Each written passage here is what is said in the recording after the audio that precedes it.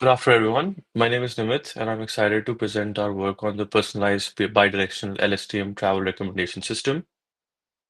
This research is a collaboration between three institutions, including the Data Family, JP University, and the University of York.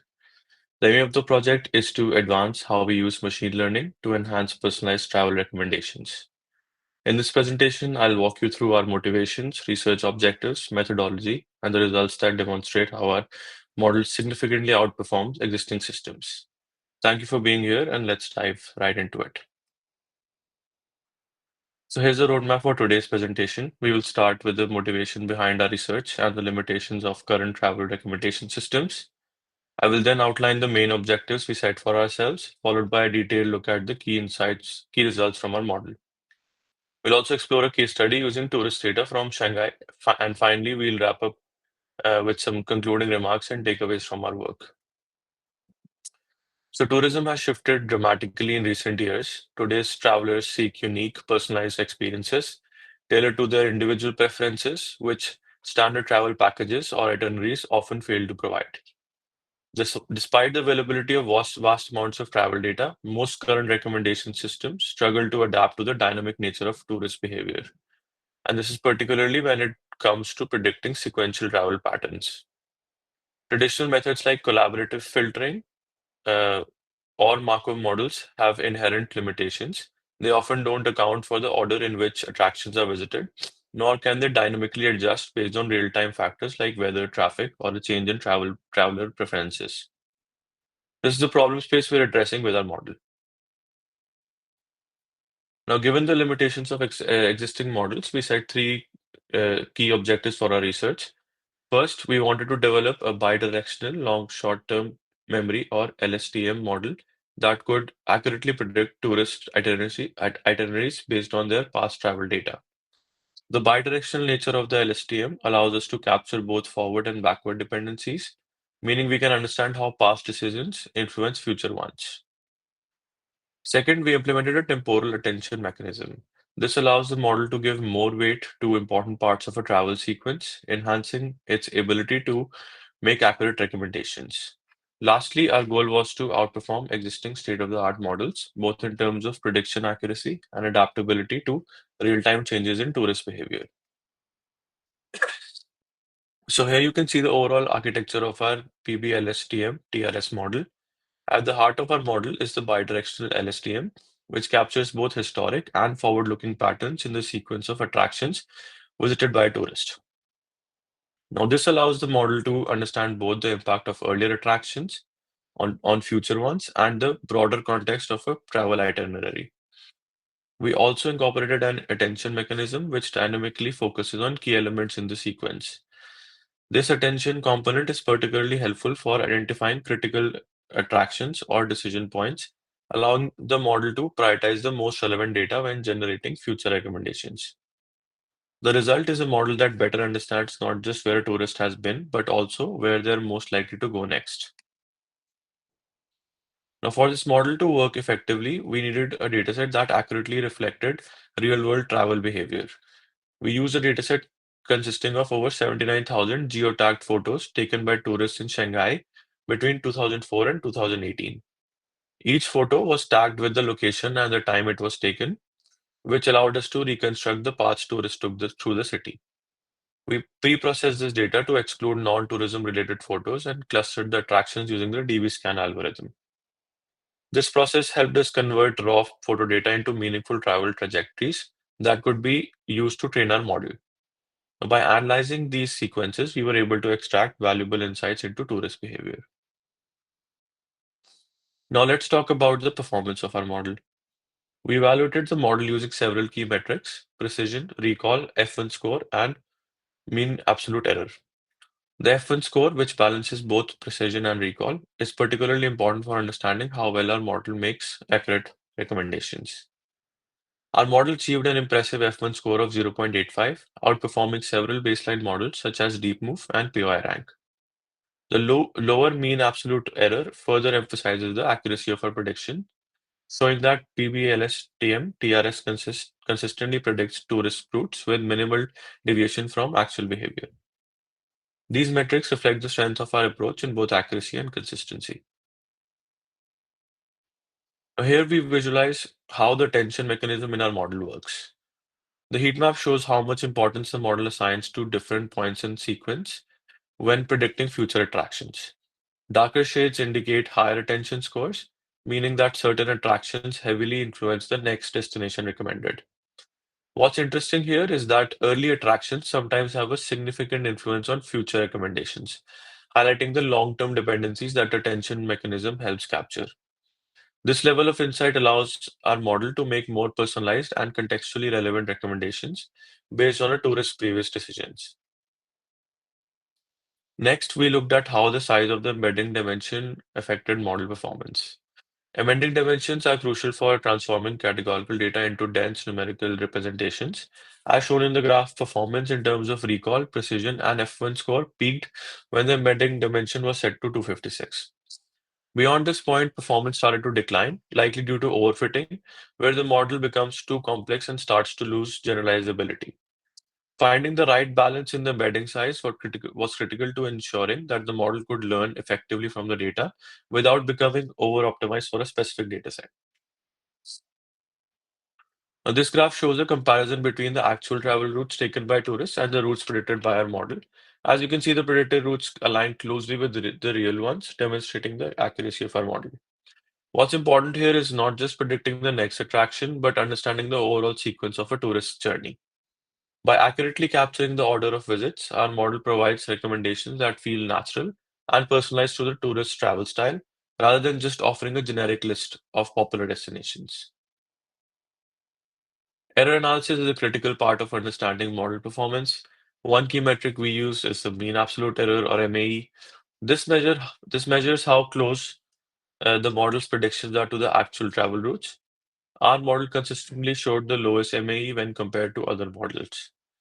This indicated a high level of precision. A lower MAE means fewer deviations from the actual travel paths, which is particularly important when tourists are looking for recommendations that feel intuitive and match their real-world movements. This reinforces the reliability of our model. We applied our model to a case study using tourist data from Shanghai, one of the most visited cities in the world. The dataset included over 79,000 geotagged photos, and we compared the performance of our model to several baseline models. As shown in this table, PBLSTM-TRS outperformed every other model in all key metrics, including recall, precision, F1 score, and MAE. This case study highlights the practical application of our model, demonstrating its ability to provide accurate and personalized travel recommendations in a large-scale real-world setting.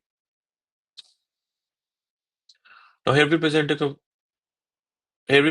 comparative analysis that highlights how our model stacks up against some of the leading models in the field, such as DeepMove, PORANG, and Prestor. Across the board, our model performance performed better in all key areas. Recall, uh, hold on, sorry.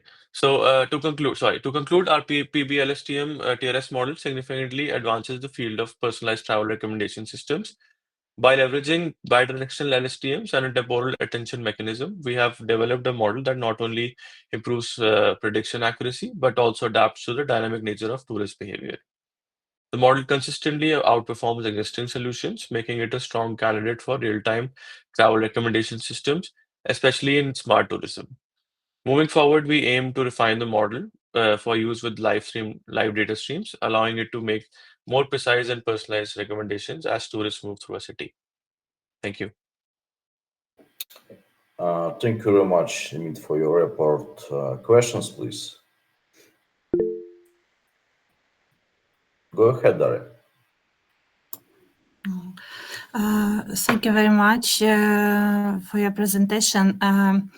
I have some question about practical implementation of your model. Can you please give some details about how, for example, if I want to make predictions, what kind of input data I need to put into the model to formulate a new recommendation? So what we looked at for our model was photos that were geotagged photos that were taken by tourists in the city of Shanghai. Um, For future applications, the input data set we're going to need is geotagged photos, which we then pre-process to remove non-tourism related photos. And then using that geographical data, we are able to understand how tourists have traveled through a particular city. And basically using that, we can predict future patterns and make predictions about what attractions will um, basically be more relevant for a particular tourist. So, for example, if we were to make recommendations to you, Daria, we would look at data coming from your pictures that you may have taken across all of your travels in the past. Geotag pictures, and then using that we would be able to recommend to you a personalized plan of attractions that you would like to visit when you travel the next time to a new city. But I think it's difficult to put geotag. No, for example, for me, if I'm only tourist, I want to have something more simply.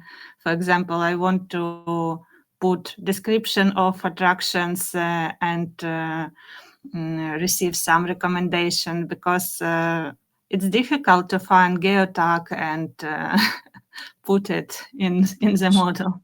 Agreed. So what we predicted as early adopters of something like this would be businesses that have access to data like this, and then they would basically white label and create products around this model.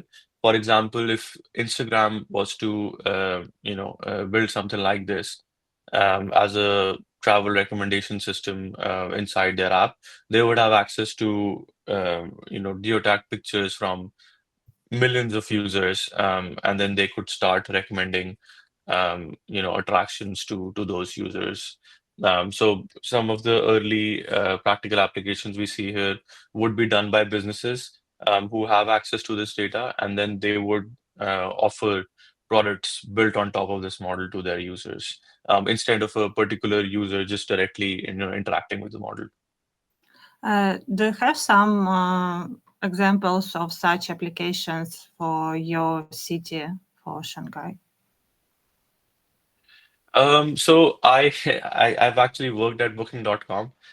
Without sharing too much, we use some very strong models to create recommendations for attractions, and I've seen some very solid real world applications already being used at companies like Booking.com, Expedia, who leverage data from other data providing companies, and are basically looking for new models all the time to improve recommendations in this world of personalization, where personalization is basically king at the moment.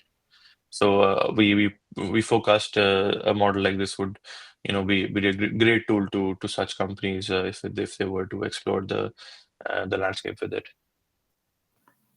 Okay, so the main problem is where to take data. Absolutely, yes. Train the model. That definitely is a challenge, but with large companies like Google, Instagram, Facebook, who are always looking to expand their products and services. For example, Google has been starting to enter the world of travel with Google Flights, and at any point they would start. I'm sure they have plans to also start rolling out into attractions, with such companies who have access to such large data sets. Across the world, this would prove a very strong model to invest into. Okay, thank you for your answers. Thank you, Daria, for your question.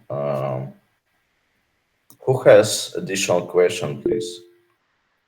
Go ahead, Maxim. Hello, hello. Great work on the presentation and explaining how the model works. Really interesting. It was really interesting to know how the architecture is working. In great explanation there. For me, my question is going to be focused around the data set. It's really interesting for me. How did you pick those almost 80,000 geo points that you marked?